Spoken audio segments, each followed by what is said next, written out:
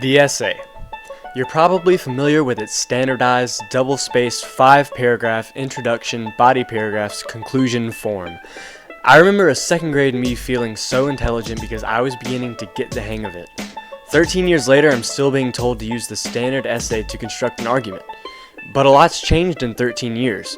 The ways real people, communicate has changed thanks to new technologies, new media for conversation. The essay isn't the standard, and I'm not sure if it ever was.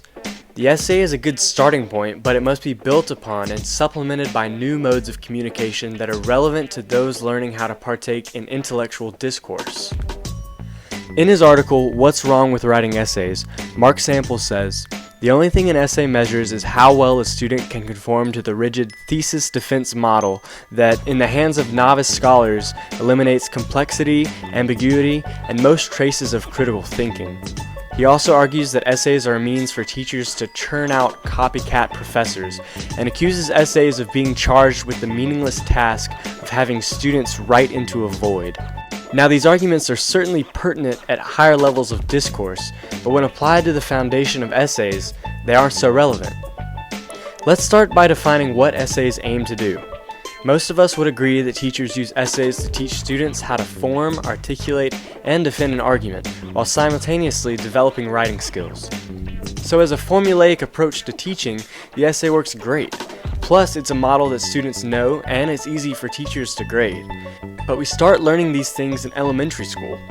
What if students were introduced to new technologies, new media that they could use to participate in intellectual discourse as they progressed into middle school, high school, and college? Not to eliminate the essay, but to supplement it, to build on it. In her book, Toward a Composition Made Whole, Jody Shipka says, "It is crucial, as I argue throughout this book, that we not limit the range of materials or technologies students might take up and alter in compelling ways. When I form and defend a thesis in a way that's relevant to me, like I'm doing now, the argument becomes personal to me. My voice is actually part of my argument." What Shipka is saying is that students really feel their arguments on a different level when the media they're arguing on are personal to them. It creates passion in the student, and that passion results in compelling arguments. The ways that people communicate and receive information are becoming more digital as technology becomes ubiquitous. Students text and chat online, people read articles online, be it news or research, but it's difficult to find any piece of information that isn't supplemented by a different medium, whether that's images, graphs, or videos.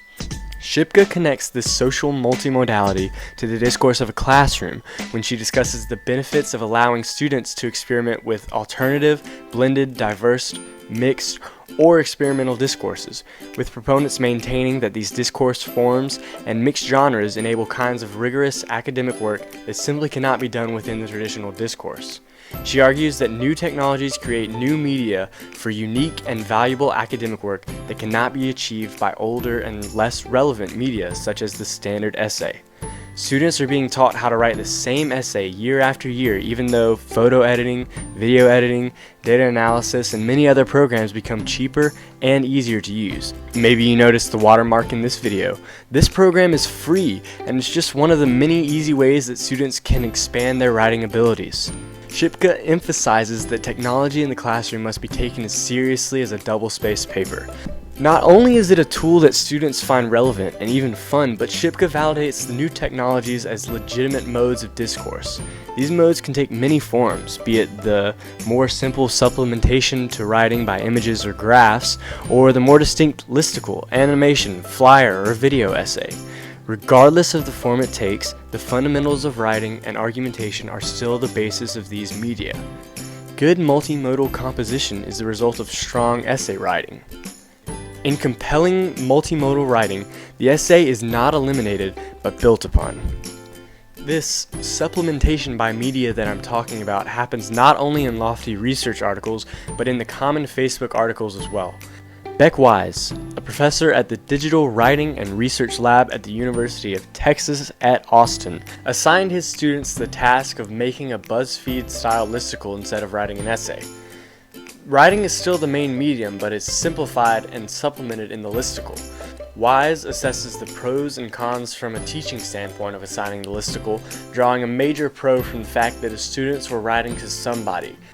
Some were published by BuzzFeed, which resulted in the author being paid. Another was exposed to potential employers through their writing, but the entire class had the opportunity to share their work more easily. Rarely will a student share an essay they have worked on for class, but it is exceedingly more likely that a student will share a listicle, a video, or an image that they've worked on and identify with. The aimless writing aspect of essay writing dwindles as students become impassioned with what they are saying, and when the ways that they are saying it are more personal to them. If the population is communicating in more digital, multimodal ways, then students should be taught how to participate in that communication in ways that are thoughtful and relevant. Students partake in basic essay functions every day. They develop thoughts, argue for them, and defend them.